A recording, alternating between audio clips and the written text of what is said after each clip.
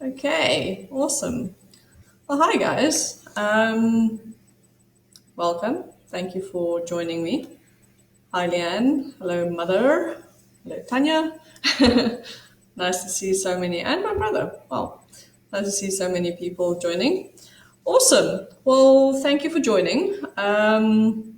Unfortunately, I can't be somewhere in the bush where I would like to have some, I don't know, rhinos or elephants or something behind me, but unfortunately, lockdown is not going to do that for us.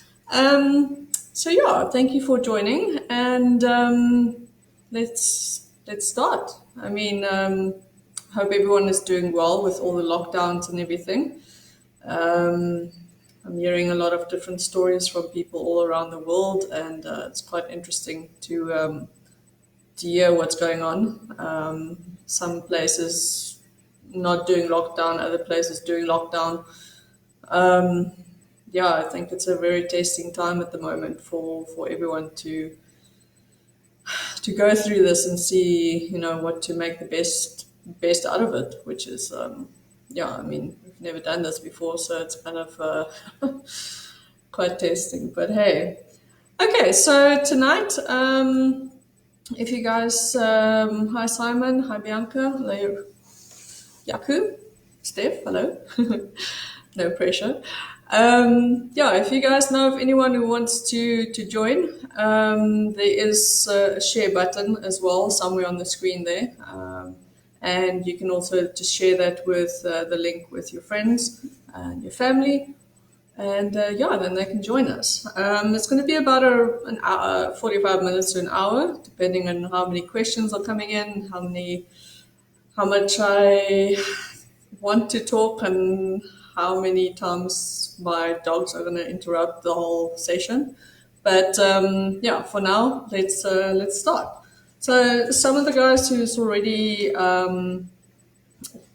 joined us on the call is actually, about Kariega. Most of you have been at Kariega.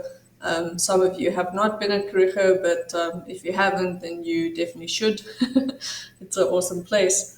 So basically, just Kariega Game Reserve, or what I'm going to be talking about tonight. Let's just start with that. Is I want to basically go over a few things. But firstly, I want to say thank you to Roger for giving me the opportunity to represent Kariega Game Reserve, Kariega Foundation, and then the volunteer program that we also have running on the reserve.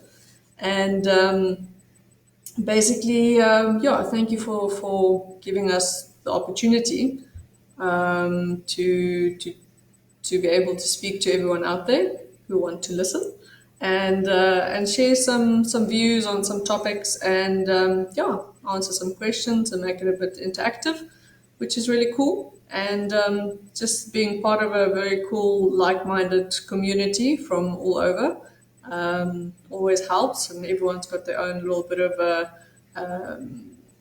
own mindset, own ways of doing things, and different ideas, and all of those things together will actually help the race as well. If everyone works together, everyone's got their own little niche, and they can actually help each other in different ways that others might not have thought of it. So yeah, thanks Roger from the Expedition Project. Okay, cool. So yeah, we'll answer questions as I get them. Roger will also help me to post some links when I do talk about something on their website or our fundraising websites and things like that, which we of course need all the help we can get from. Okay, so Kariega Game Reserve. I've been working at Kariega for I think it's about 5.5 years now. I was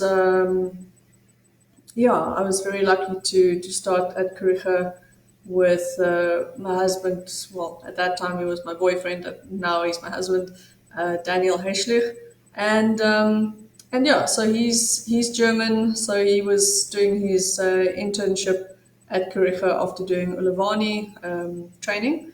So we were lucky enough to start at Kariega together as field guides, and then afterwards we felt we kind of needed something a little bit more. I went over to a bit of the media side plus field guiding, which was pretty awesome because you can still do a little bit of both. Um, then afterwards, I got the amazing opportunity to then go over to the Kariega Foundation, which has only been going for about um, for about 2 years. It feels like feels like ages, but it's been not that long. We've achieved a lot during this time, a lot of different projects that we've got. I'll talk about that a little bit later, but it's absolutely amazing what a team of passionate people can do with the right resources and the right leadership, and what you can actually achieve. Okay, so yeah, now I'm basically media foundation, and my husband is anti-poaching. He's also moved over from being a guide to doing a bit more in the bush, less guests, working with guests and things, and looking after the rhinos, looking after Tandy. A lot of the people who signed in do know about Tandy, so yeah. Okay, so Kariega Game Reserve. For those who don't know, it's about 11,000 hectares of very mixed vegetation in about 2 hours up the coast from PE. So it's not very far from PE. A lot of people, I didn't even know about Kariega really long before I started working at Kariega. But it's definitely worth a visit. The whole area actually is worth a visit. The most amazing beaches, the most amazing coastal forest areas. If you're into birding, you have to make a trip down there or down here. Feels like I'm not in the bush, but I am. Yeah, so it's in the Eastern Cape, 2 hours north of or up the coast from Port Elizabeth. So quite easy with the flights when lockdown is over. We do have the Big Five, which is, I mean, everyone knows what the Big Five is. The leopard, of course, being a little bit sneaky. Not we actually, if you go onto the Kariega website and onto the blogs, you'll actually and type in leopard. We did have last December, if I'm correct. We had some of the camera traps who actually caught some leopard on the camera trap, which is very, very exciting. The Eastern Cape is not a place for seeing leopards. If you do see leopards, you are insanely lucky. Some game reserves do have more than others. I think we have a fair amount, but to actually see them is very rare, because if you think about it, the area, the whole Eastern Cape basically, not too long ago was still farmland. I mean, all these game reserves that's around. You've got Kariega Game Reserve, you've got Sibuya right next to us, you've got Pumba, Shimori, Amakala. Pretty much all of them were, well, not pretty much, definitely all of them were, and a lot more were farmland not that long ago. If you think maybe 40, 50 years ago, or not 40, 50 years, 20, 25, 30 years ago, most of them were still farmland. And farmland basically with livestock farm, and then anywhere that it was flat and good for crops, they would plant chicory and pineapples and a few other vegetables and things. But most of the time, it was this area is very good for chicory and pineapples. And some of the area around here actually do still you still get quite a bit of that those crops around as well. But yeah, basically these reserves, Shamori was the first one to then be changed into back into a nature reserve. Because before the farms were here, this was all, I mean, this was all pristine nature, no fences, no roads, no, you know, it was just pristine.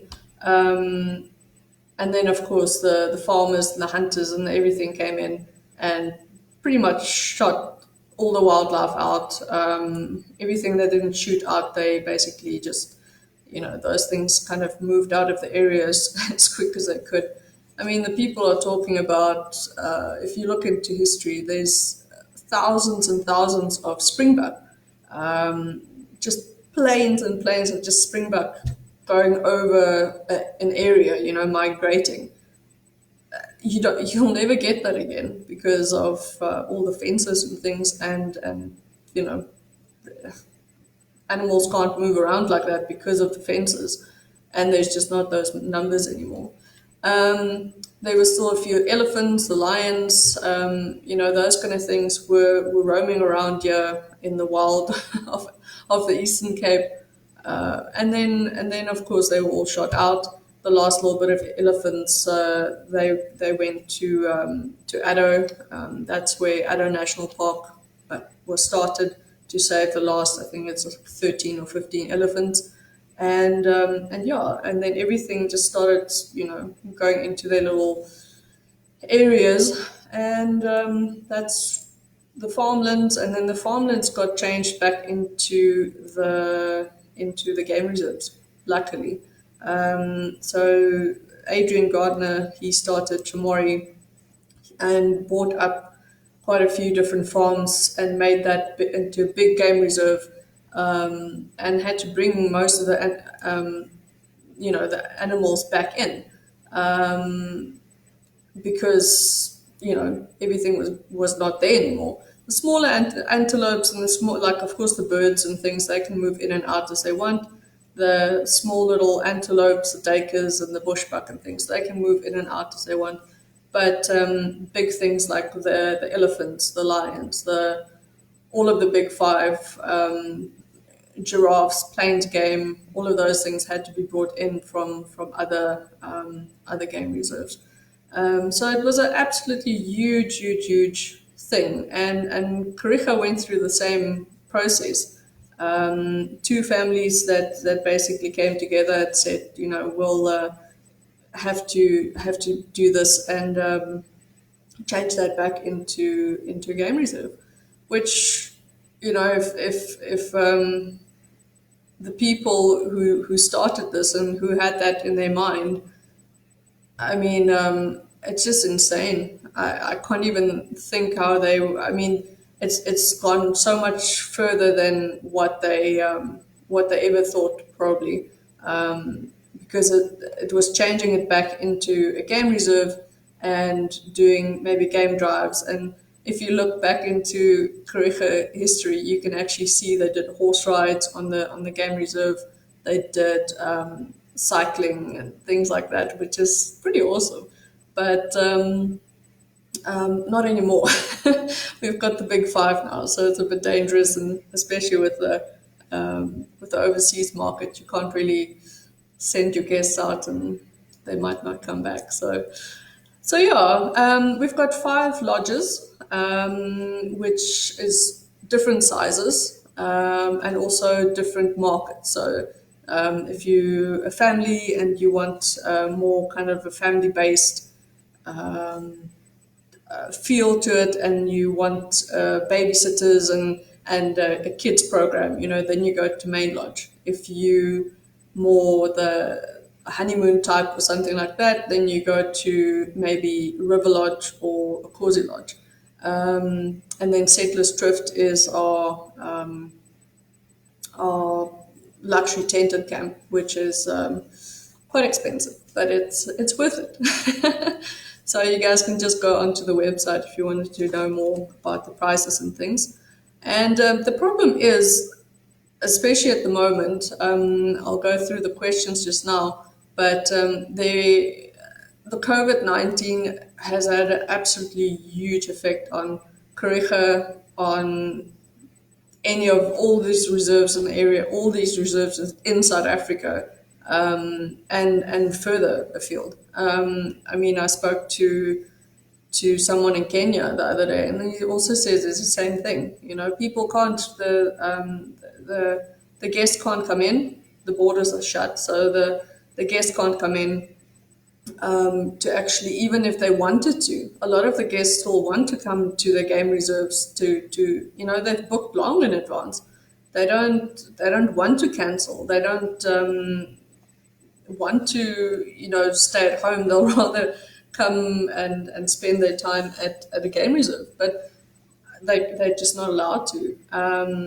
There's been a lot of cancellations. There's been a lot of people postponing, and which is completely, you can understand that, but it's very sad because without the guests coming in, the reserves and the tourism the industry is just not making money.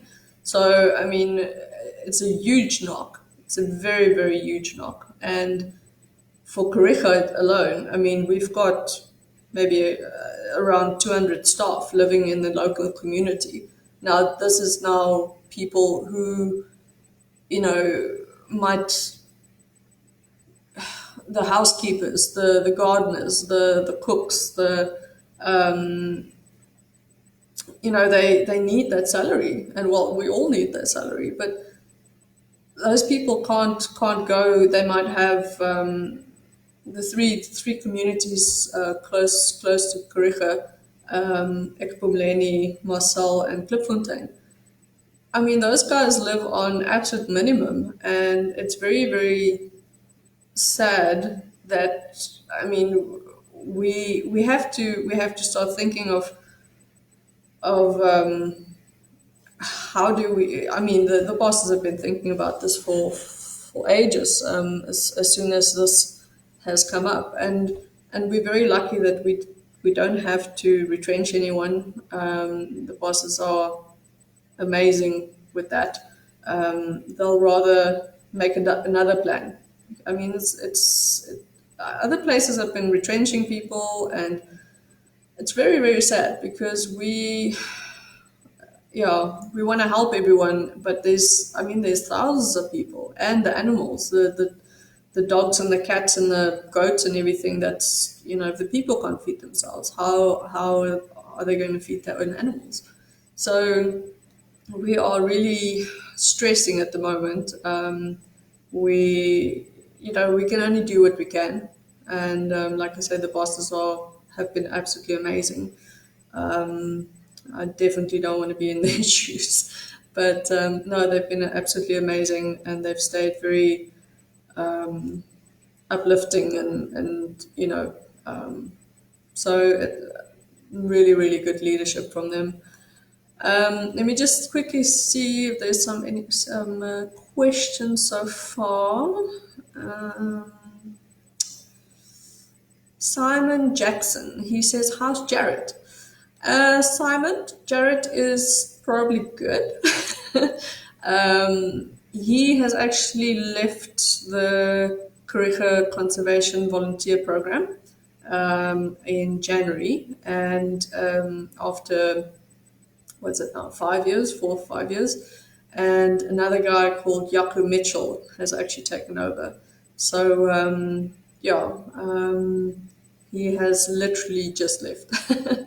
But Yaku is he's there. He's getting there. He's got a good personality, and he's still kicking after a few months. So yeah, all good. Hi Sarah, nice to see you in as well. Ruth Bernard, I've never been, I guess, to Kariega, but raised money for Tandy. Let us know how you've done that. Maybe we can just elaborate a little bit on that. Question from Lauren. What kind of impact has COVID-19 had on the economics and the rhino conservation? This is obviously going to be a huge demand for financial relief in all spheres of life. Yeah, that is, I'll get to that a little bit later on as well, but I can just as well touch on that now. Um, yeah, like I say, COVID-19 is absolutely, I mean, people are sitting at home, at least they're still getting salary and Kariega is still helping them out and everything, but other game reserves and other places might not be as generous as or can't be as generous as Kariega is with their staff. And the economics is, I mean, yeah, it's difficult. It really is because we the different groups, the ratepayers associations and the private groups, are actually the ones looking after the township and the people at the moment. There's a lot of fundraising going on, private fundraisings that's going on between the community, the more privileged communities, if you can call it that. And I know that there's quite a few initiatives that's going out to try and help the people in the poorer communities. So at least people are looking after each other. But I know places like Alexandria, which is just, I mean, it's just 10 kilometers from us. There's no one like that. The communities don't stand together like our Kenton, Borkness, Cannon Rocks communities are standing up or together to actually make something work, which is very, very sad. Um, I'm sure we'll try and go over to that side as well and try and help as much as we can. Um, I did actually. The poaching is definitely. You're talking about rhino conservation. Um, the poaching numbers are definitely going to go up. There's no doubt about that, and also not just the rhino poaching numbers, but the meat, the bush meat, so snares and all of that stuff. Um, it's already been recorded. I mean, I spoke to someone today, and she was saying that someone in Alexandria, the guys from the townships, are going into the bush, finding whatever they can find, and then going to the in town to try and sell those things. And there's a lady, um, these guys knocked on her door, and they had a tortoise with them. You know, you don't want to buy the tortoise from them because that you're kind of fueling it, but you also can't not do it because where else is that tortoise going to go to? Um, so it's very, very sad and it's very scary because it's only the beginning. I mean, it's lockdown might end in a few days, but then what happens after that? Because a lot of people have lost their jobs. So it's not that after lockdown everything is going to go back to normal. And that's very scary because the poaching is definitely gonna and the criminals, we all we're all being very vigilant because you never know when something's going to happen. Break-ins at houses have been more, has happened a lot more now in the last week, even in the different communities here. And people are just going to go, they're not going to think straight. They're literally just going to think, I don't know, survival mode, and it's very scary because I think that people, especially now. I mean, it sounds bad, but the liquor stores and things are closed, and some people are dependent on that. They need, that's all they want in their day, and if they don't get that, they get aggressive and they get, and yeah, it's. I mean, very scary. I really don't even want to know um, what's gonna happen in the near future. So yeah, hope that answers that question. Um, do you plan on maybe doing a leopard survey to establish a population size for the leopards? That would be interesting. That has been going for quite a while. There has been a project going for for quite a while already. Trail cameras all around the reserve in different areas, places where they know that like they could find the leopard tracks, or they could find like I say, the trail cameras. They put that up and put bait out and stuff like that. So we know of at least one. I think it's a big male, and I mean the areas are massive, and you've got huge valleys with very thick bush, and you've got most beautiful mountain areas and things. And that, I mean, you can't keep a leopard in. There's no chance. You can't even keep you can't even keep hyenas or cheetahs in, really. So so to keep a leopard in, there's no chance. So these leopards, I mean, they've got massive home ranges and territories, and they'll just walk around wherever they want to go. This one specifically, we don't actually think that he stays on Kariega, but Kariega is part of his territory. So he'll go around marking his territory, and you know, we have no clue how often he actually comes through, but it doesn't mean that he's gonna come past the same place, the same area, and the same trail camera every time he goes past. That would be nice if he did, but it doesn't work like that. And sometimes he doesn't even go for the bait. He doesn't even care about the bait. He just sniffs around and then goes off. But that gives us enough to get some photos, which is pretty cool. So yeah, that's an ongoing project. I think it will never stop. The trail cameras is definitely yeah, very important. Okay, are you still needing to translocate game to establish more breeding? Depending on what game you're talking about, but not really. No. The rhinos, sometimes you have to maybe just switch them over or get new genetics in. Pretty much everything else is, yeah, they're sorting themselves out. So yeah, no, we've got enough of everything. There's few things that we hoping is in the pipeline still, but yeah, for now everything is pretty healthy on the reserve. All the lions have enough food, and you know life goes on or stops for some. Okay, let's see. Hi, Nikki. Nikki is from Ollie. It's also an organization, a partnership that we have with them. Kariega got with them.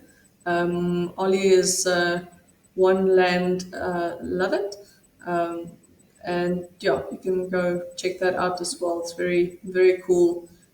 People who love cycling and doing exercise, a bit crazy, but that's how they support the rhino conservation side. So that's all good. Terry Lee, how can we help or get involved from a distance? Where can people donate? Okay. I see Roger has actually put the Save the Rhino Fund link for you at the bottom, just below your comment. But I'll also talk about that at the end, how people can help out if you feel like you would like to. At the moment, like I say, the COVID-19 thing is very, it's affecting us very bad, because if guests don't come in, we don't get any funding. And the next thing I want to talk about actually is the Kariega Foundation, which is also, if the guests don't come in, the Kariega Foundation doesn't get any of the funds that we actually need to do all the amazing projects that we are doing. So, so let me just yeah, introduce you into the Kariega Foundation, as you can see on this side. So the Kariega Foundation is basically part of Kariega Game Reserve. So that's more Kariega Game Reserve is the business side of it, and then we are more kind of the Kariega Foundation is more like the kind of charity side, where we do a lot of different projects. This is community and conservation projects, and yeah, basically how we get our funding is either donations, so donations from anywhere. We also get people who do some fundraising for us. We actually had a school in East London, in South Africa, East London, not too long ago, 2 weeks, 3 weeks ago. And a lady called Shay, she actually organized this with the school. They had what do you call it now? A fashion show. Whew, my brain can't think anymore. A recycling fashion show. So all the dresses, all the clothes was actually made out of recyclable material, which was absolutely stunning. And they actually did a fundraising for the rhinos, for our rhinos, on that night. Yeah, so that was absolutely brilliant. We were lucky enough to actually go and see the show as well, and also talk at the school, which was pretty awesome. Merrifield School, which is the most amazing school I've ever seen in my life. But yeah, so there's a lot of people who all over the world. You don't have to be in South Africa to do that. There's a lot of people doing fundraising and different campaigns and things at the school or in a group or something like that, and do fun activities to actually fundraise for us. Sometimes for specific items for the anti-poaching or for specific project. But yeah, I mean, every bit helps. We can't do it all by ourselves. Mom, this is just water. Okay, so so the Kariega Foundation. So the business part the Kariega Game Reserve had to be very solid and very making enough profit that we can actually give to others. And luckily, it got to that point about 2 years ago where we were lucky enough to have Lindy, at that time Bruce, but now it's Sutherland. So she's our Kariega Foundation director, and she's also the daughter of one of the guys who started Kariega Game Reserve, Colin Rushmere, who unfortunately passed away a few years back. So, but absolutely amazing to have her as a boss. Some extra brownie points.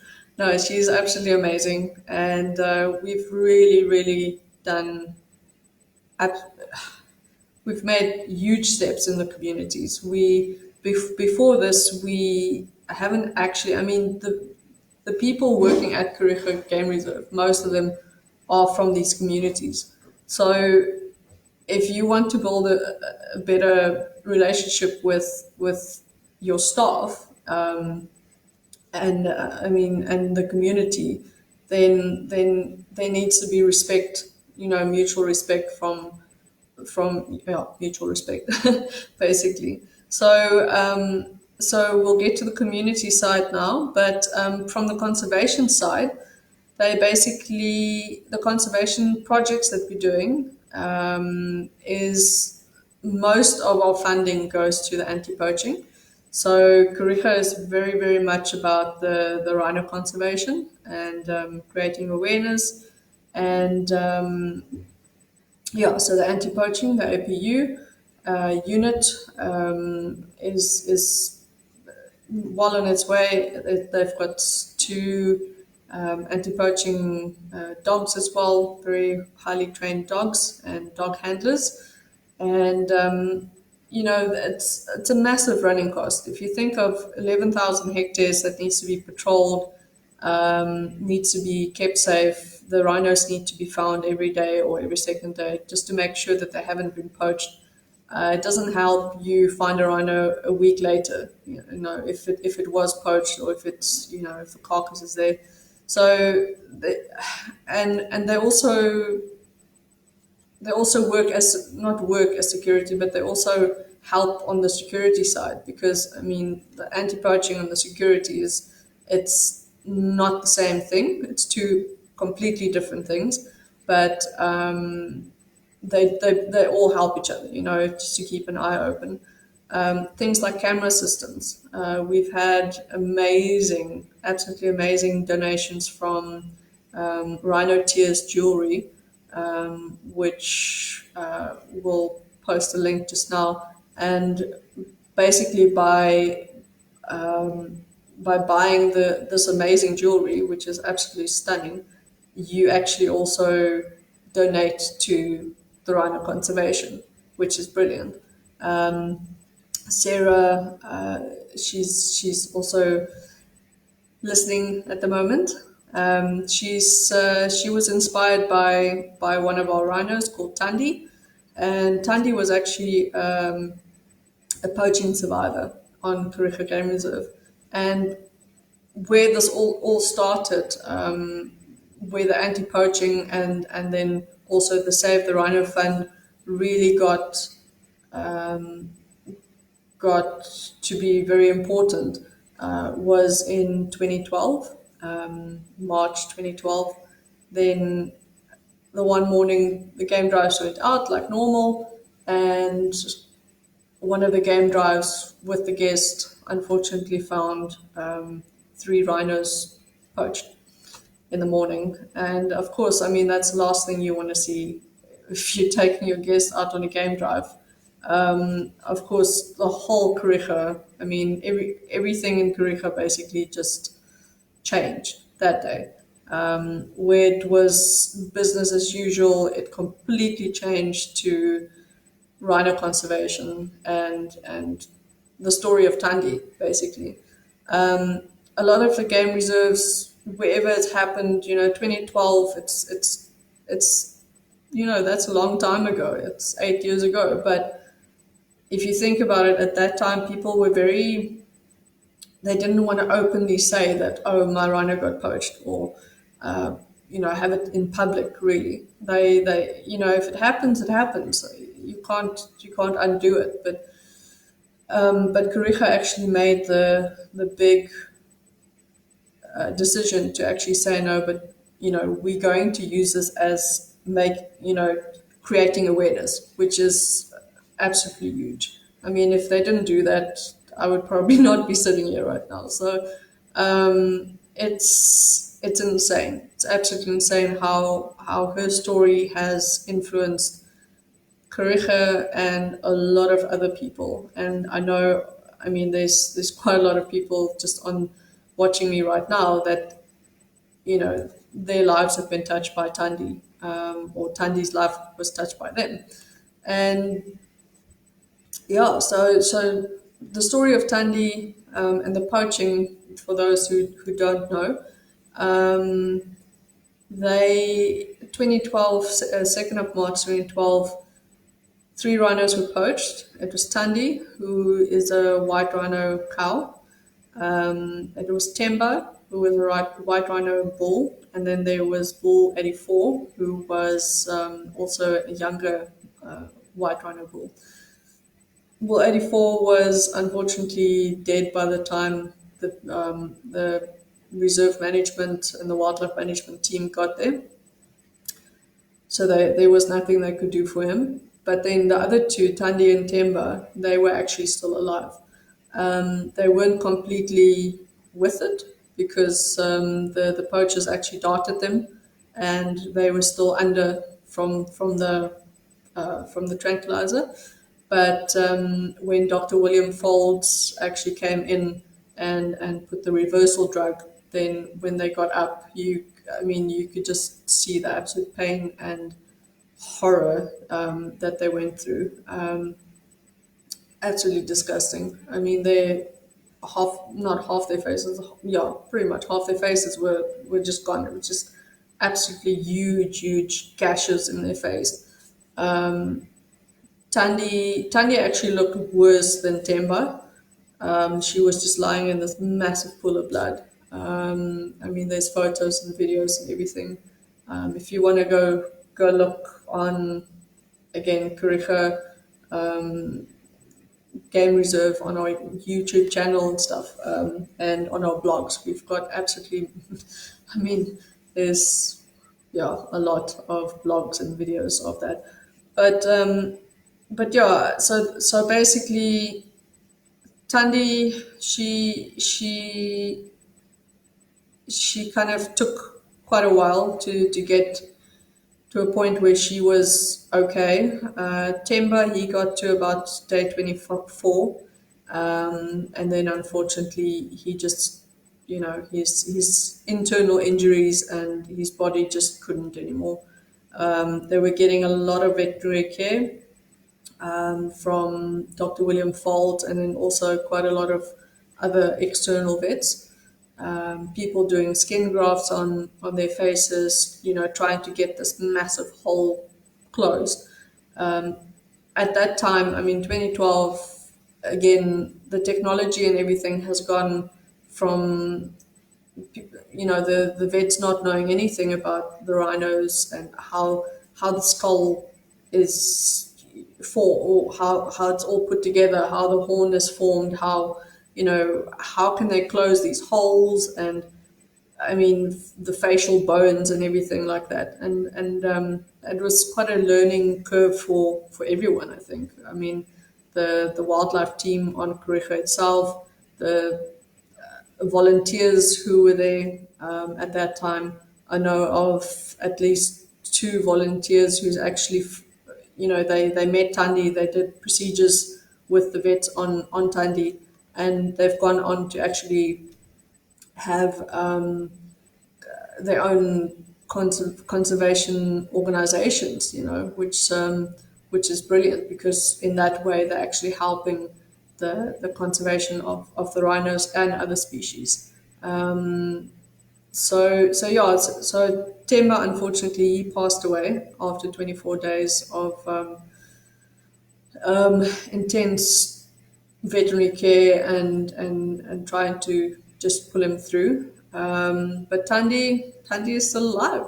I mean, it's been 8 years I mean, it took her about two years for her face to completely, not 2 years, it was probably longer actually, because we started 2014 there.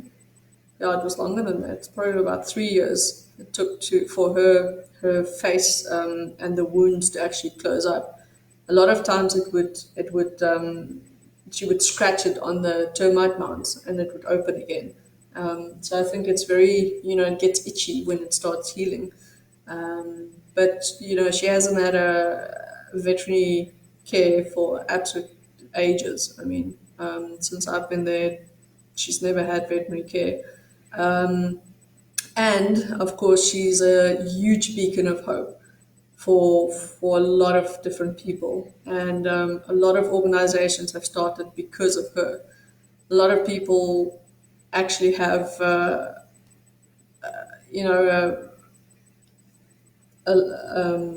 do you say, a purpose for their life because of Tandy. It's just absolutely amazing what she's done. I mean, the story of her just being such a fighter. And then, of course, she started surprising Kariega with a few little rhino calves. So the first rhino calf that was actually born was Tembi. She was born in 2015. Okay. She was born in January of 2015. So she was a little girl. Now, I mean, Tembi, it's an absolute miracle because she wasn't, I mean, her mom was pretty much left for death, for dead. And I mean, she wasn't supposed to be born. I mean, that's an absolute miracle. And then, of course, Tandi was like, well, a normal rhino would take about 3 years before she has another calf. But Tandi was like, no, I'm kind of making up for lost time.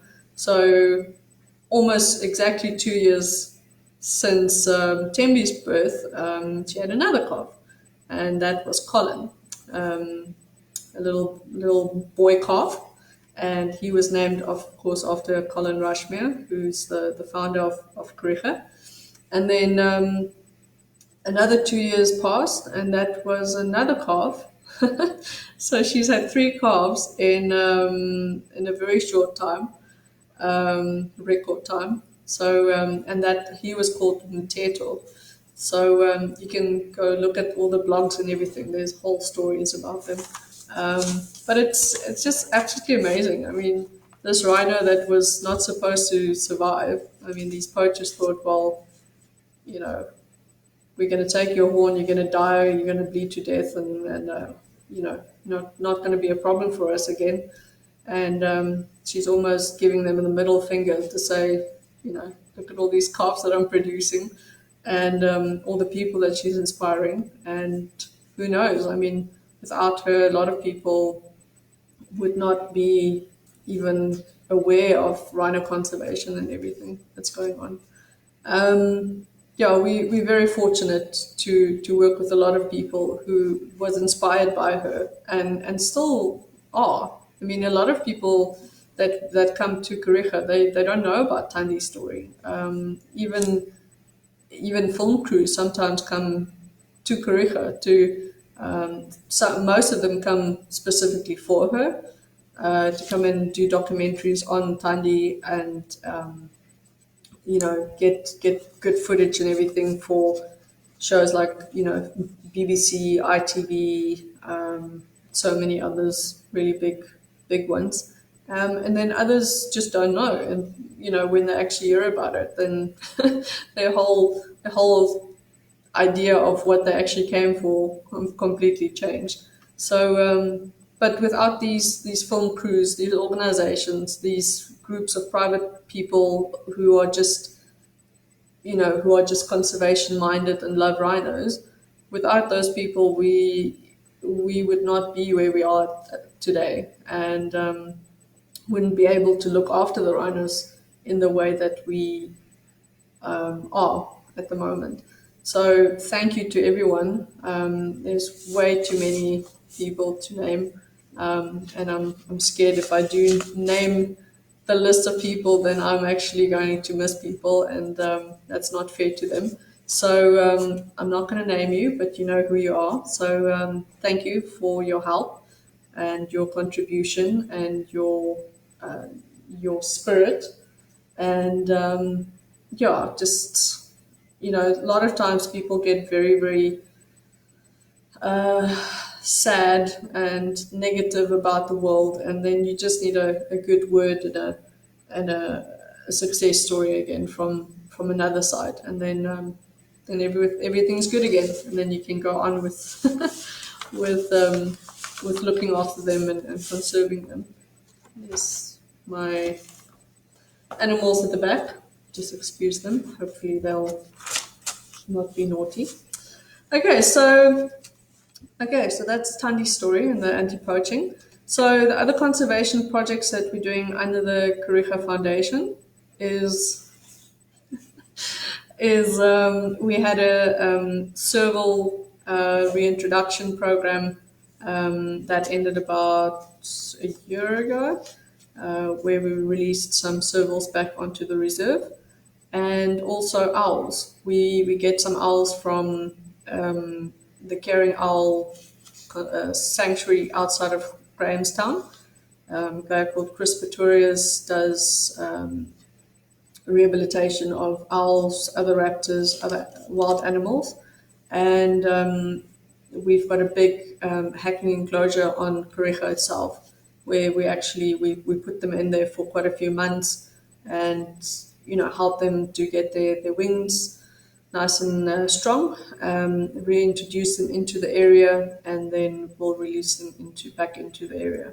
And yeah, so that's the barn owls, and then also the spotted eagle owls, depending on what he always also gets on his side. Then also we've got a barred owlet research project, which is very exciting. The barred owlets, Joe Balmer from Rhodes University. It's his project, and we're basically helping him to find as many as possible pairs on Kariega, and then also try and catch them, and also do DNA testing on them to actually see if they are a different species or different subspecies of the ones that you actually get up north. Up north, you can get them. I mean, they're just all over the place. But down in the Eastern Cape, there's actually like 800 kilometers between the ones in the north and the ones down here, which is quite a distance, and which could actually mean that they do look a little bit different, they sound a bit different, and we're just waiting for the DNA testing now to see if they are actually different, which would be insane if there's new species of bird or even a subspecies that's being identified, which is pretty cool. And then another thing on the conservation projects is the alien and indigenous plant management. So that's basically the alien plants. You've got your prickly pears, you've got your black wattle, and lantana, and all of those different plants that you need to get out. They're not supposed to be on the reserve, but somehow, with the farming days, they were actually planted there for a reason. There's also a few eucalyptus trees still around, and pine trees. All of those things need to come out, and also the indigenous plant management. So a lot of everyone knows about pork bush now. We've got our own little nursery going, which is very important because those trees will then be given out to the communities. There's not a lot of trees inside the communities, and not a lot of people know how to grow their own trees, or especially fruit trees and things like that. So yeah, the volunteers are very, very vital for this project specifically, but also for the rest of them. And yeah, so they look after the plant nursery, and also collect seeds out of the game reserve to kind of sprout new plants, which is pretty cool. And also taking out one of their duties is taking out the alien plants on the reserve, and yeah, that's a hard job, depending on which plant is being given to you for that day. The pine trees is quite quite hard work, pungas and blisters and things like that. Wattles quite nice because you just pull them out. And, well, if it's a small one. So if it's not the small ones, then good luck. But quite hard work for the volunteers, and we do appreciate everything you do for the. If it wasn't for you guys, I mean the reserve management can't get to all of those things. So yeah, huge thumbs up for you guys. Okay, and then we go over to the community projects. We've got quite a lot of projects going, and most of them we try and keep sustainable. They need to actually make sense. It can't just be a quick thing, and then it needs to make sense in the long run. You can't do a quick project and then it's like, okay, so what now? The community project has to come from both sides. The Kariega Foundation will, if someone comes to us and say they want to do this project, then it doesn't mean that it's actually we're going to say, okay, here you go, here's a few thousand rand. There's no chance that we're going to do that. it needs to make sense in the long run, and not just for one person. It needs to make sense for community. Um, a lot of people forget that they actually live in a community. They're so in the survival mode of their own, and they want to get somewhere, that they actually forget about the rest of the community. In the olden days, the communities all look after each other, and if someone is hungry, or someone, you can create opportunity for someone, then they would do that. But now these days, everyone wants to be famous, and everyone wants to have the coolest car, and the coolest this, and the most money, and that they don't actually care about other people. So we're trying to get that back, where people actually start caring about each other again. Um, I'm not saying that people don't care about each other. I'm just saying the we're helping them, the ones who don't, to get back into that mindset. So any project that we do in the community has to be sustainable. I mean, it has to make sense, not just financially. It needs to make sense um, to the people around it. You don't want to um, smash someone else's business because you want to help this guy to make a new business. The collaborations are absolute key to all of these projects. It needs to be empowering to not just the one person. It needs to be empowering for the whole community, and the community has to be accountable for it. It doesn't help we set it up, and next week, is it still running? Oh no, it's not running. The people are the biggest source. The how do you say, um, the human resource is the most important, because without that person driving it, it's never going to happen. If you've got a project and you're not there, you're not never running it. It's not going to happen. So a lot of people, especially in the poorer communities, they don't know how to do that, but they do have the passion or the drive to try and do that. So that's very important. So those people, a lot of people will then, I mean, it depends if they're into the sport, or into school, or they're running a creche, or an old age home, or whatever.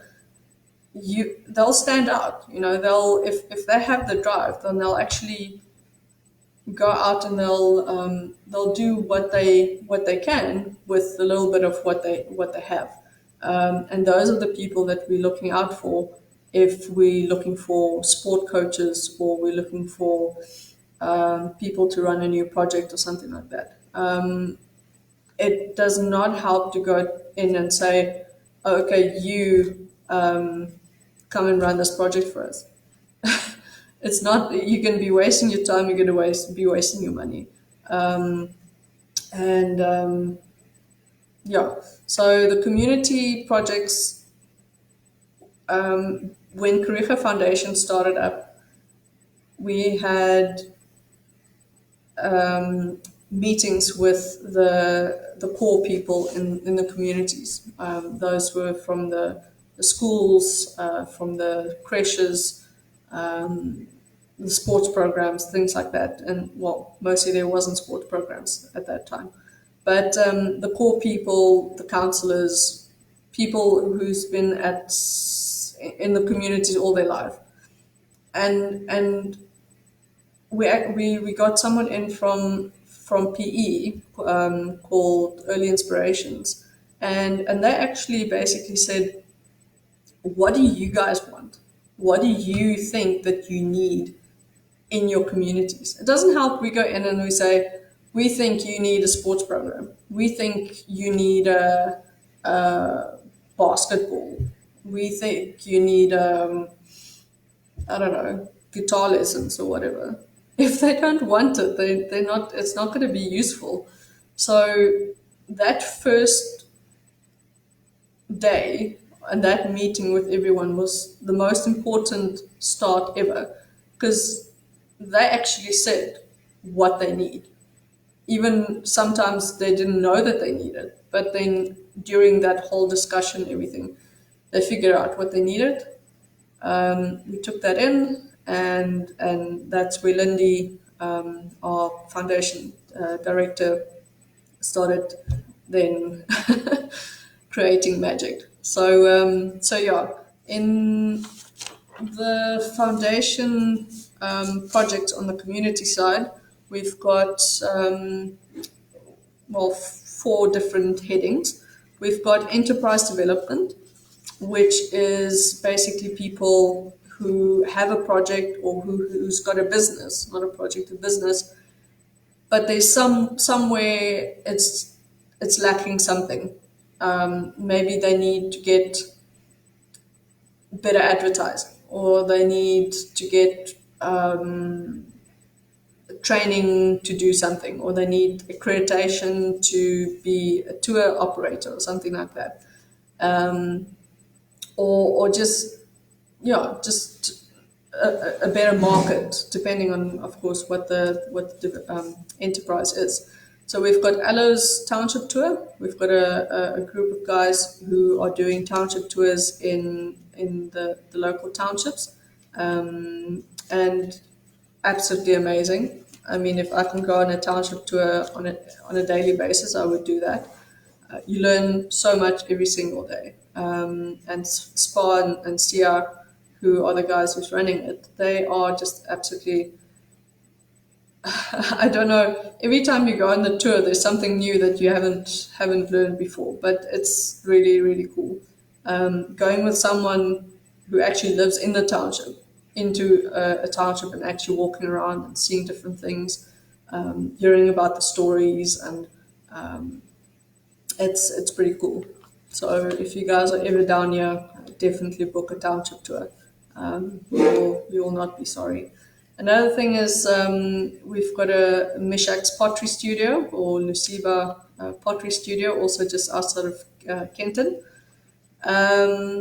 Amazing products, absolutely amazing products, but they just didn't know how to promote their amazing products. Kariega, again, we've got 5 lodges. Why not sell the products in the 5 lodges? So that's exactly what we're doing. And also just promoting and using some of the products in the lodges itself. Makes the most amazing fruit bowls, ceramic bowls, beautiful colors, beautiful designs, and yeah, so definitely, helping them to get to a different level. Also, developing new products, or new activities. Actually, doing pottery classes. So taking some of the guests who want to, and going to him to get pottery classes. I mean, it's pretty awesome. The guest who's done it before, they absolutely loved it. Something nice to do between the game drives as well. And then the second heading is education. Very very important, especially in the communities where we are. There's kind of two tiers to this one. The early childhood development. If you've got small children, by the time they get to grade R, they need to at least know something. They need to at least know, okay, this is this color and this is this number. And a lot of the creches or the daycare centers in this place, in this area, and I'm sure a lot of other places too, they're not up to scratch. It's just someone who's got an empty room at the back of their house, and they get people to bring their kids, and the kids, the parents pay, how much per month, and there you go. They don't expect the creche to teach the kid anything, because they need to go to work. They just need a safe place for their child to be. So what we're doing now with early inspirations as well, is going to hi Shay, to the early childhood the creches, and identifying what they need. So, do they need resources? Do they need training? Because a lot of those people have no clue how to actually go about to teach kids. This is this color. This is this month of the year.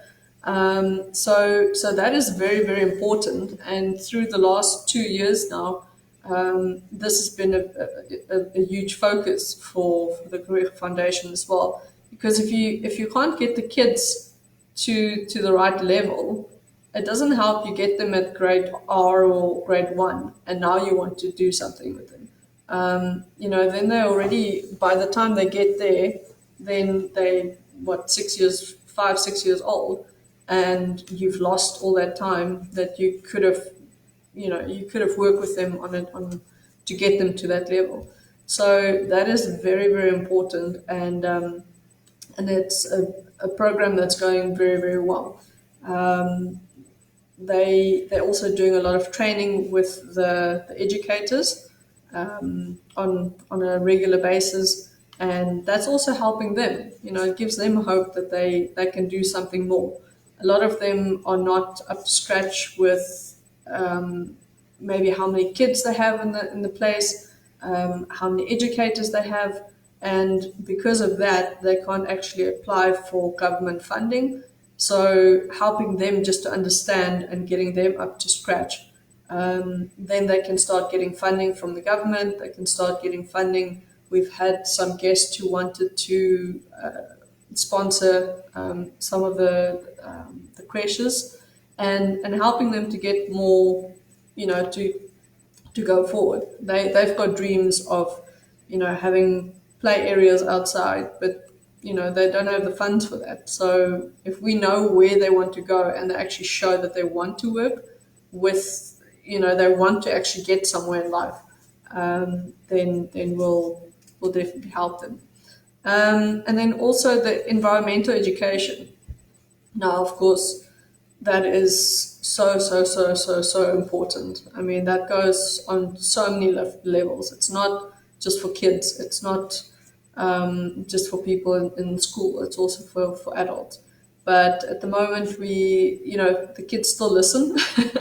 So we've got a dedicated team, Marsha and Chris. They are our education team, and they go around to either 6 or 7. I'm not sure exactly how many schools at the moment. All through the year, they've got different topics for every month, be it endangered animals or soil conservation or oceans or air pollution or things like that. They've got the most amazing presentations and resources and way of teaching these kids in different levels, different grades. And we've seen how it's been working. It's quite exciting when you think, oh, these kids it's just not going in. Like, why are we wasting our time? And then the kids say, oh, can we do a climate change march? It's like, oh, okay, you guys are actually listening. So it empowers kids or young adults even to be more, to do more, to want to do more, not just for themselves, but for a bigger area, for the nature. And it is very, very important. So that's been a huge success in the foundation as well. Then we've got the youth development. Youth development, basically going the Boma dancers. That's actually also kids from the communities. They come to the lodges and they do their performances. Which is awesome. They're all dressed up very nicely and with their beads and everything. and get all the guests excited, and they all dance together, and just give them a absolutely amazing experience sharing their culture as well. And these kids also, I mean, they're so dedicated. I mean, the times when I had to when I drive them from the township to the reserve, they just never stop. I don't know where they get the energy from, and where they get their batteries from, but it's pretty amazing. They start drumming and singing and going absolutely crazy from even before you pick them up until after you drop them off. They just never stop, and it's just such a humble experience to see these kids. And they just, I mean, they don't get millions of dollars for this. It's They want to actually do it. They really want to do it. They want to be part of something bigger as well, and giving them the opportunity to actually go out and share their passion with these the guests of Kariega, which is awesome. We've got a group at the main lodge that comes from Ekpumleni Township, and then we've got a group that goes to River Lodge. That's from the Marcel Township, and that's boys and girls. So you've got the Boma dancers, and then you also have the Gambu dancers, which is very impressive. Okay, and then youth development. Then you've got sport. Basically, the sport there, it was pretty much non-existent um, before Kariega Foundation came in. A lot of the older kids would do soccer, but that's about it. There was nothing really going on. Maybe someone here playing with a few kids and other people doing something there, but never really doing like a proper sport program. Um, so yeah, we started Kariega, the rugby and the netball, and my colleague Nomawetu, she is in charge of the community projects that we're doing, and she's also one of the head coach of the sport.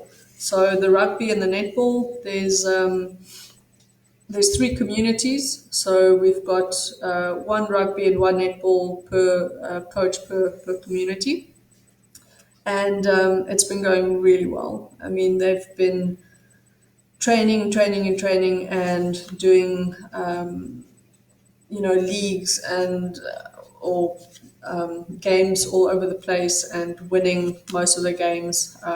They're just amazing. It gives the kids something else to do as well. Gives them more opportunity to actually be something where if they didn't have that, they would literally be sitting at home maybe and get into trouble and be bored and not actually making anything of themselves.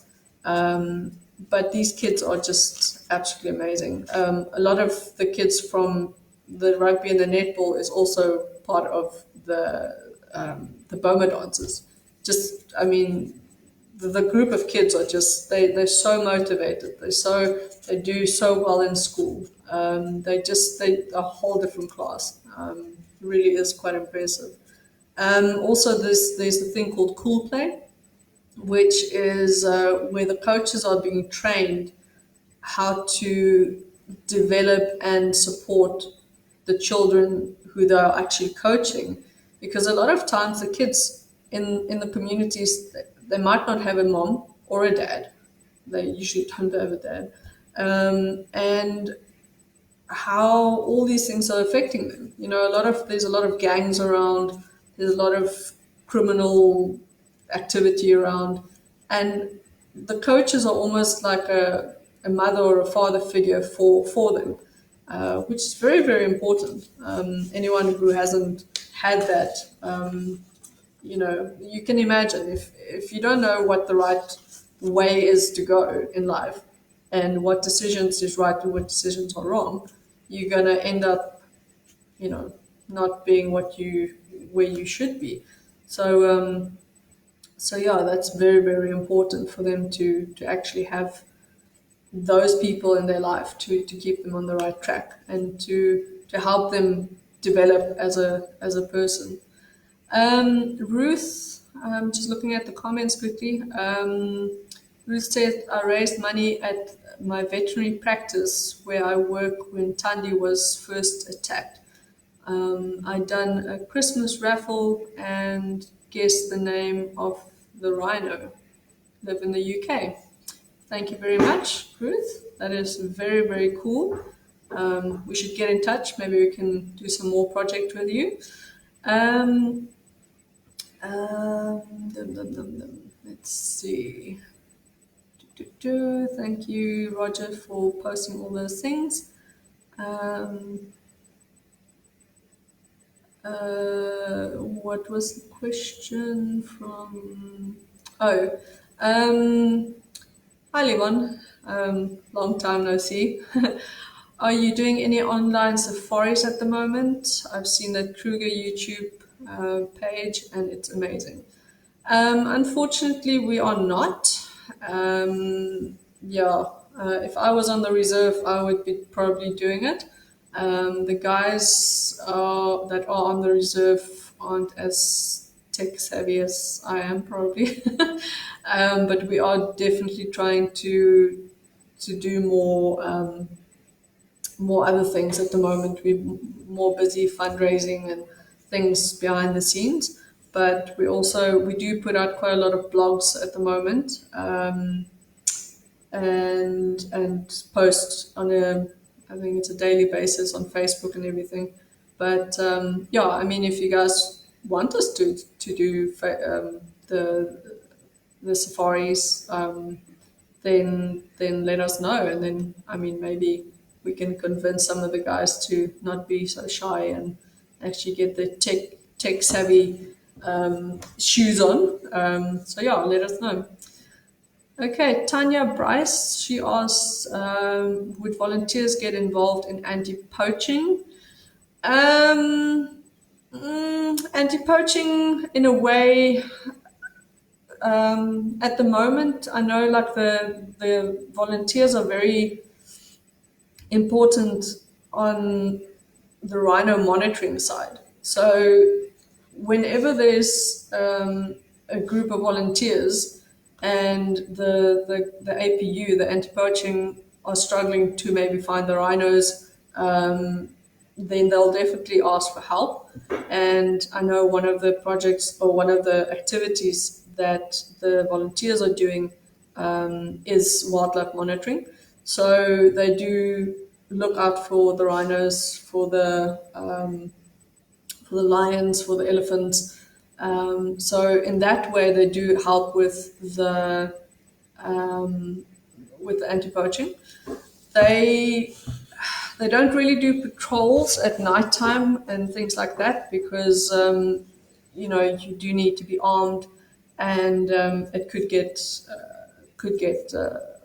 dangerous and everything. So legally, as a business, you don't want to put your guests or your volunteers in that position where it could actually get dangerous. So yeah, so the volunteers, there might be some different things that they can get involved in if there is something. I know sometimes they do some with the anti-poaching dogs. They do things at the schools where they do demonstrations with the kids at the schools, or even just for the volunteers.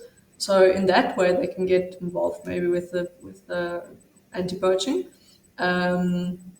I know they've done that before on special request to actually just involve the volunteers with the dogs and do a biting demonstration where one of the volunteers was actually holding the thing up, the arm piece. So yeah, but there's maybe things like taking snares off. I mean, Yaku, you can, if you're still on here, you can give us a bit of insight on that one. Especially now, there's going to be a lot more snares being put out. Snares just being pieces of cable or small pieces of wire that's kind of looped through.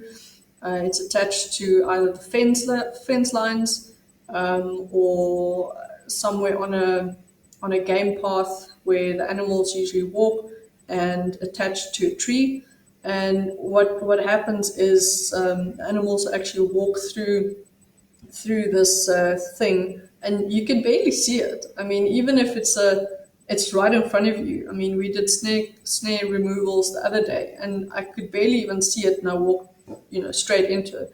And the animals will go through, and as they feel something is going around their neck, they will just start pulling, pulling, pulling, and this thing just goes straight, like very, very tight around the neck, and the animals then get caught in the snare.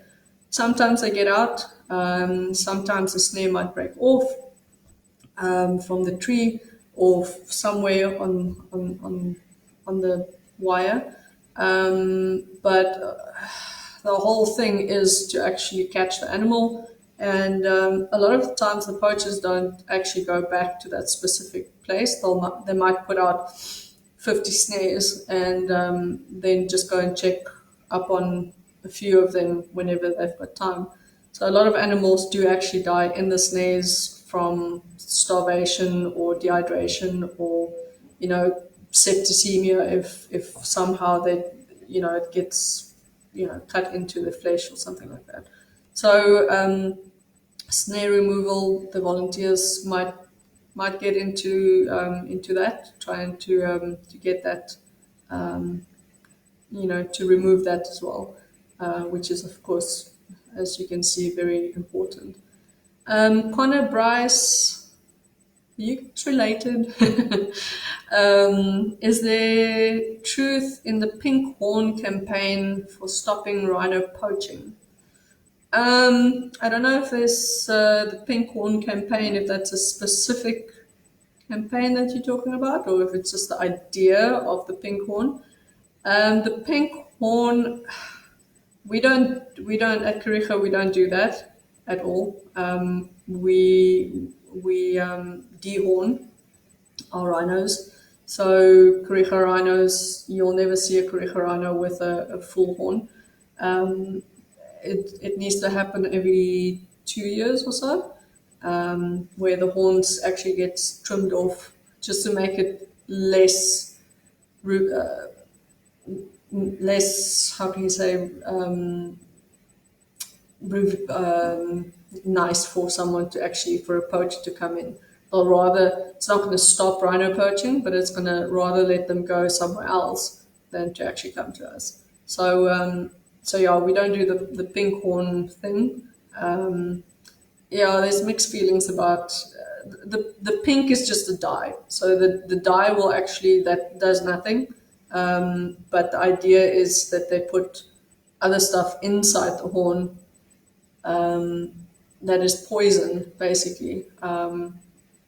That also deters people, poachers, to come and get it. But I think if it's pink or if it's not, if you've walked how many kilometers and how many days and you've been in the bush and there's a rhino in front of you, it's got a pink horn, you probably still going to shoot it. So yeah, it's not, I don't know. I haven't done my research on that one yet, so not sure. Yeah. No. Let's see.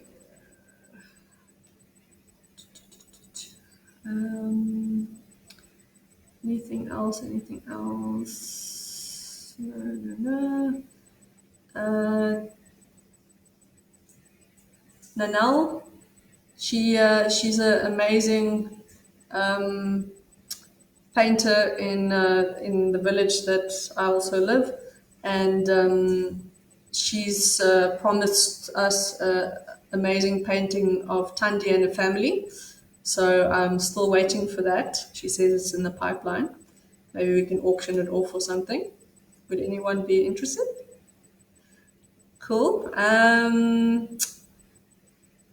Would you... Oh, Nicholas. Hi, Nicholas. Would you be allowed to go on Kariega with your own 4x4? Only from the main gate to the reception. Yeah. Unfortunately, you can't go driving around with your own vehicle. You can just imagine you might be a person who actually look after the rules and follow them, but someone else might not.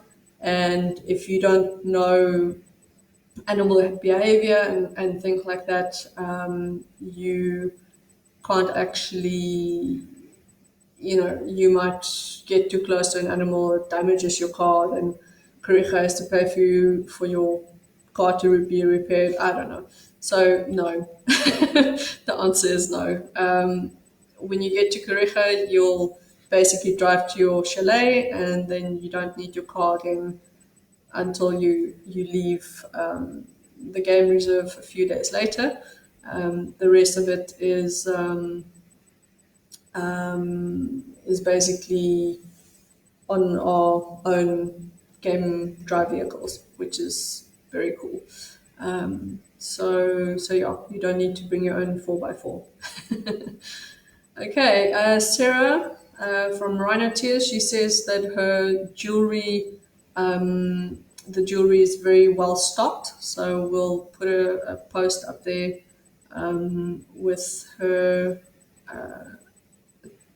website where you can actually buy some Rhino Tier jewelry if you want. Sarah was actually a guest on Kariega a few years ago, and Daniel, my husband, he was actually her ranger at the time. He told her about Tandy and Tandy's story, and they saw Tandy on the game drive. And then Sarah said, "Well, I'm actually a jeweler. I make jewelry." And he said, "Well, use your skills. You can do something with that."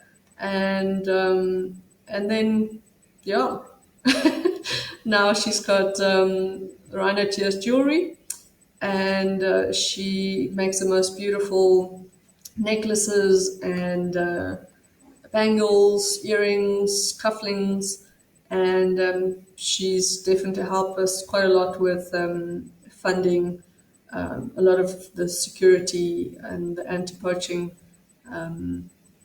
things that we really needed. So thank you, Sarah. And then also, I'll get to that a little bit later, Sarah, just with the tickets. Helping rhinos, yeah, I'll talk to you about that just now. Stephen Barnes, he says, "Hi from Germany. I was wondering if there's any news about the Chamorro rhino poaching case. I was lucky enough to witness the case in Grahamstown whilst volunteering at Kariega a few weeks ago." No, unfortunately not. There hasn't been any updates to date, but I'm sure Yaku will keep you in the loop as soon as we hear something. Hi, Taryn. Thank you for watching. Helping Rhino says Kariega is one of the most amazing reserves I have been lucky to visit. Yes. And yeah, helping rhinos has also helped us quite a lot, and also Simon Jones from Helping Rhinos. He was also a volunteer at Kariega when Dundee was being looked after by the vets, and he got to do quite a lot of the veterinary procedures with Dr. William Falls and other vets. And yeah, now he's got his own NPO and helping us quite a bit. And yeah, pretty amazing, pretty amazing. Tanya says yes, she wants to see live game drives. Tanya, I'll talk to the bosses. Da, da, da, da, da. Oh, okay. Irene Plia, hi there. How are you doing? She says she's full of admiration for the work that we are doing and our colleagues are doing. And also, she's bought quite a few pieces from Sarah, from Rhino Tears Jewelry. Thank you for that. Send in your questions if there's any more questions. I just have a few more things to say, and then yeah, and then I think it's sleepy time, but not yet. So another thing under the community projects, one of the things that is very close to my heart is the domestic animal care. So we started that at the beginning of last year. Um, Very important in my mind that we unfortunately we can't bring everyone from the communities into the game reserves to give them a game drive, introduce them to animals, and of course we want to do that. That would be absolutely amazing, and expose them to you can't say to someone don't kill a rhino if they don't know what a rhino is. If there's no connection between that, they're not really gonna they're not really going to care. So the easiest way, and I've done quite a lot of research with other places and people doing this, is to connect people with their own animals. If they've got a dog or a cat or a cow or a chicken or whatever at home, but usually a cat or a dog, you connect them with their own animal, and then if that's a starting point. From there you can teach them how to respect your animals, how to look after your animals, and then from there on you can get people like Marsha and Chris in the education side to then work on that level and say, this is why you should look after animals, and you've got that connection with at least with your cat or your dog, and then you can go further and say, this animal, and they can actually understand, okay, an animal has a value other than it's a piece of meat, or it's just a thing over there. It's a very slow process, very very slow process. A lot of people, they I'm not saying all, but a lot of people in both black and white communities don't care about the animals. They'll have them. I don't know why people have them, and they don't actually want them. They don't feed them. They don't take them to the vet. A lot of the poor communities, of course, they can't afford the vets. I mean, if you need to get your dog sterilized, it's 1,500 rand, but there's no chance if your salary is, 3,500 rand, you're not going to pay 1,500 rand to get your dog sterilized. That's not, you don't see that as a problem. That's just the way of life. You're never going to be able to pay for it.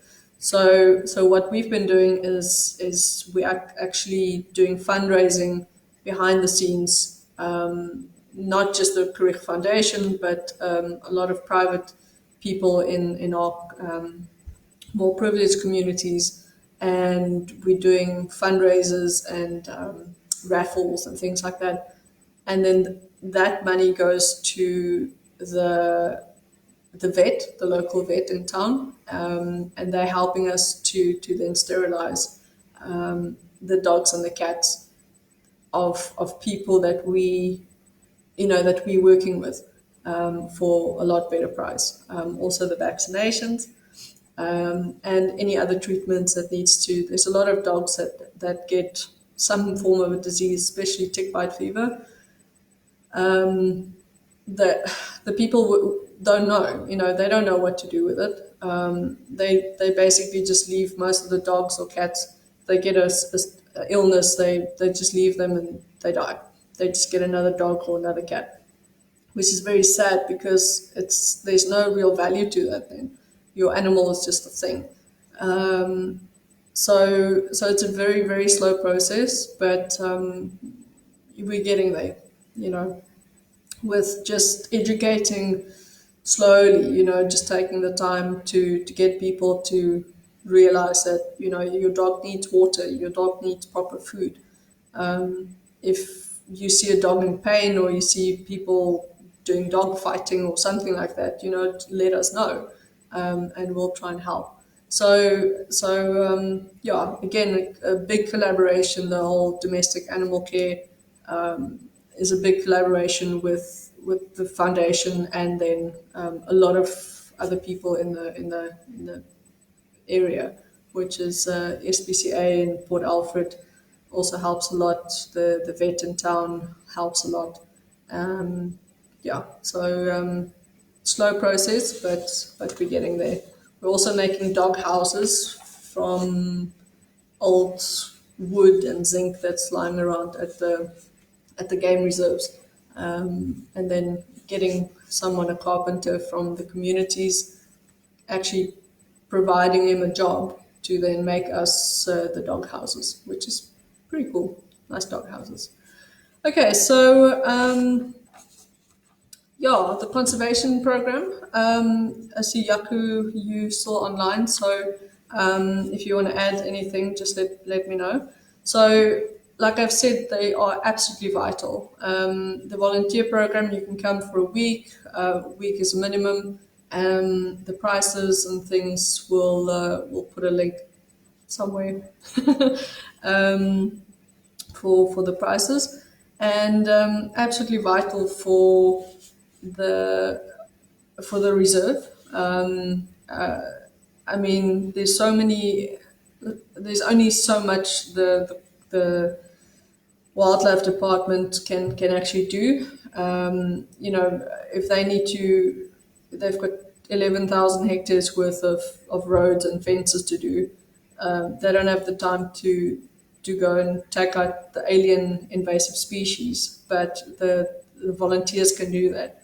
The volunteers also do quite a lot of wildlife monitoring. So the elephants, the lions, the rhinos as well, and so much more. They do a lot of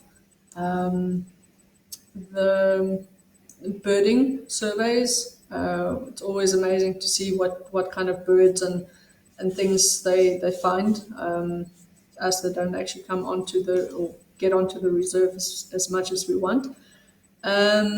Education. They also go with the education group to some of the schools and do some activities with the kids afterwards. And then also there's a soup kitchen in Ekpumleni that's been supported by the volunteers project for very long. I mean, the volunteer project's been going for 10 years. So, I mean, they've been doing something right for 10 years. And it's literally fully booked all the time. So, very, very cool project to do. Very well structured. Do a little bit of this, a little bit of that.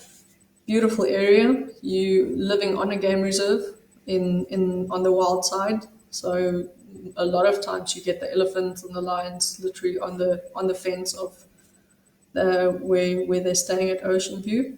And I mean, you've got the ocean right here, you've got the lagoons and the rivers and everything. A lot of amazing activities to do after hours and on weekends. And also the volunteers also help quite a lot with the domestic animal cares as well, projects as well. When we've got outreach days where we do vaccinations and dipping and things like that. So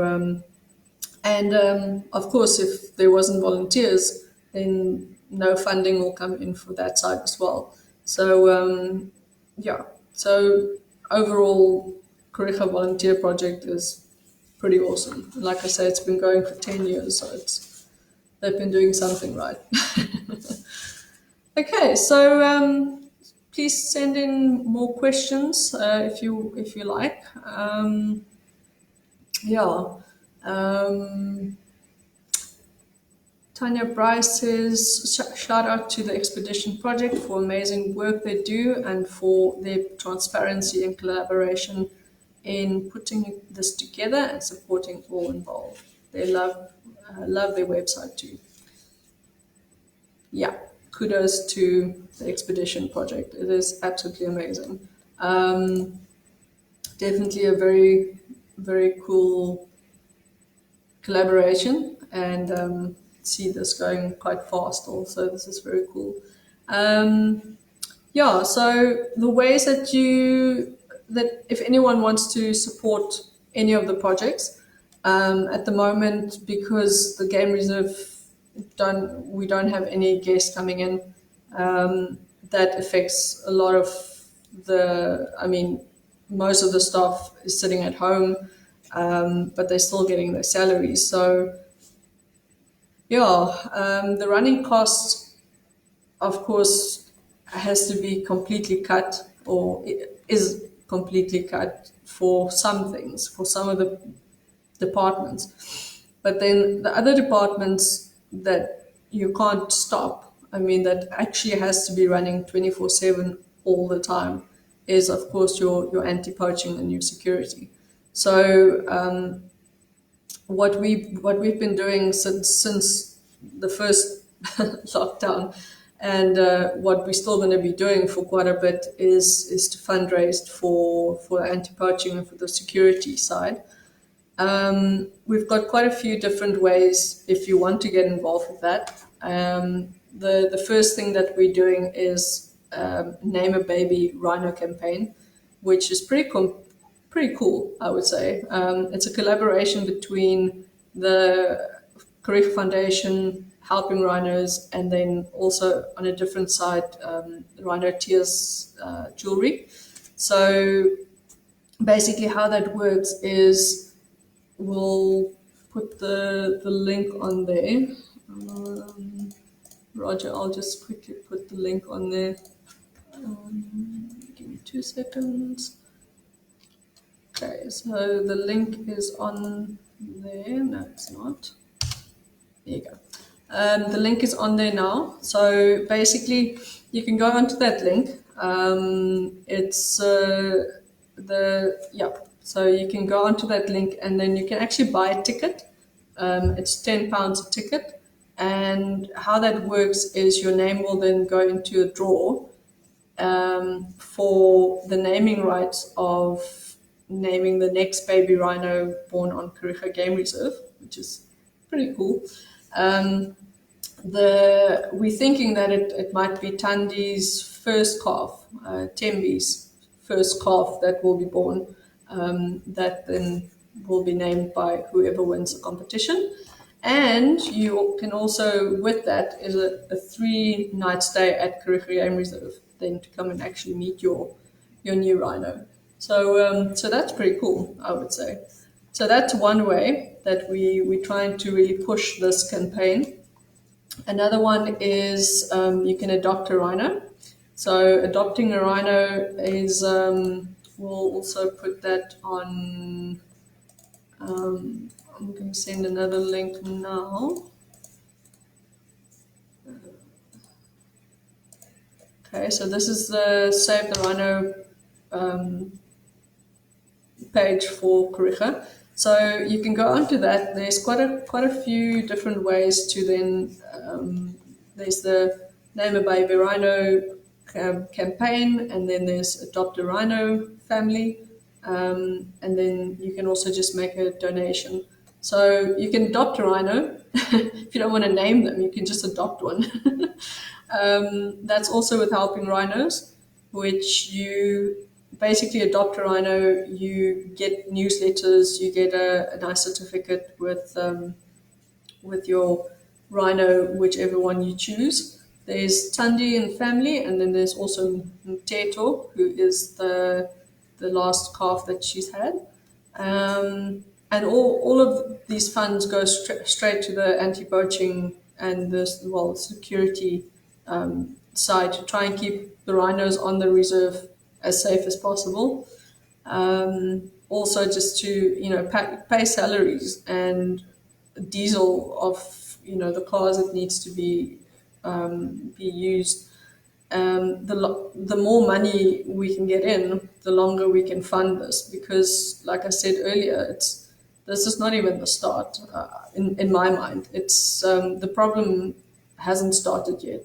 The poaching of the meat poaching and things, it's gonna get worse, and we need more people on the ground. We need the more money we can get in, the more salaries you can fund, and the more running costs you can fund for longer. So yeah, and then also like um,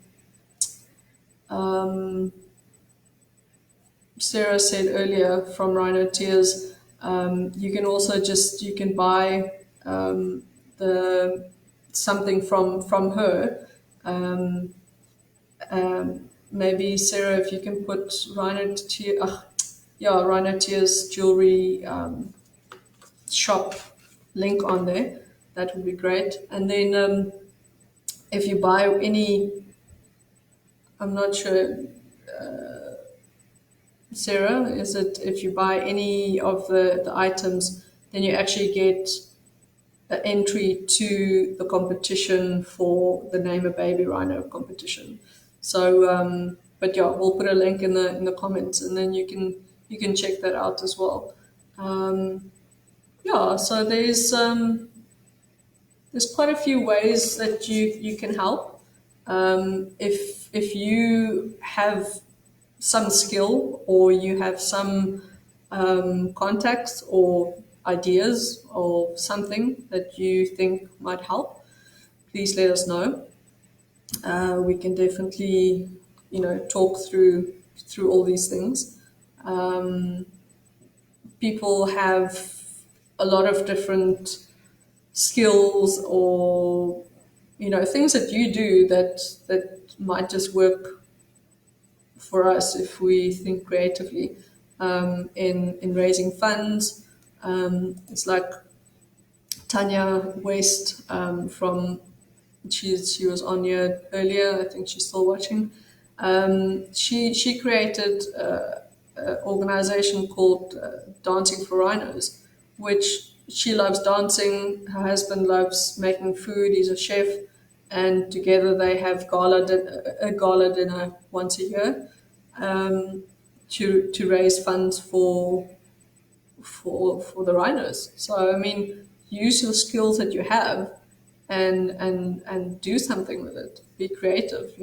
Just think in a different way. So if anyone wants to talk through their skills, we can definitely have a chat afterwards.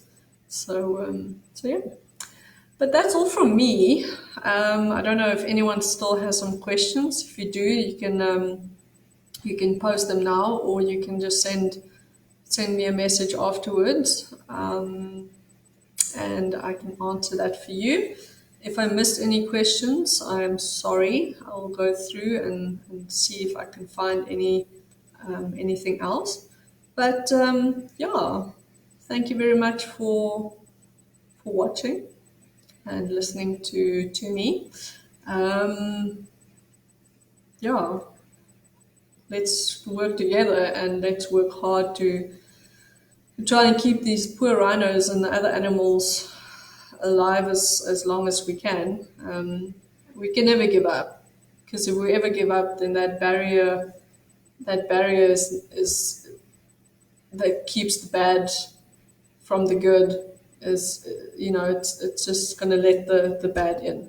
So we definitely have to keep up and keep our spirits high, and yeah, just be there for each other, because alone we can't really do anything, but together we're definitely much stronger.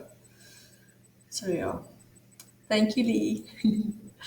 Okay, guys, thank you so much. If I missed anything, I'm sorry. But I think that's enough. I was going for about 45 minutes, so that's an hour longer than that. But anyway, cool, guys. Thank you so much, and enjoy the rest of your lockdown. If you guys want to see some virtual game drives, then send some messages to the Kariega Facebook Messenger page, and tell them that we need to do that, and maybe we can set that up for you. Cool. Okay. Thanks for the support, guys.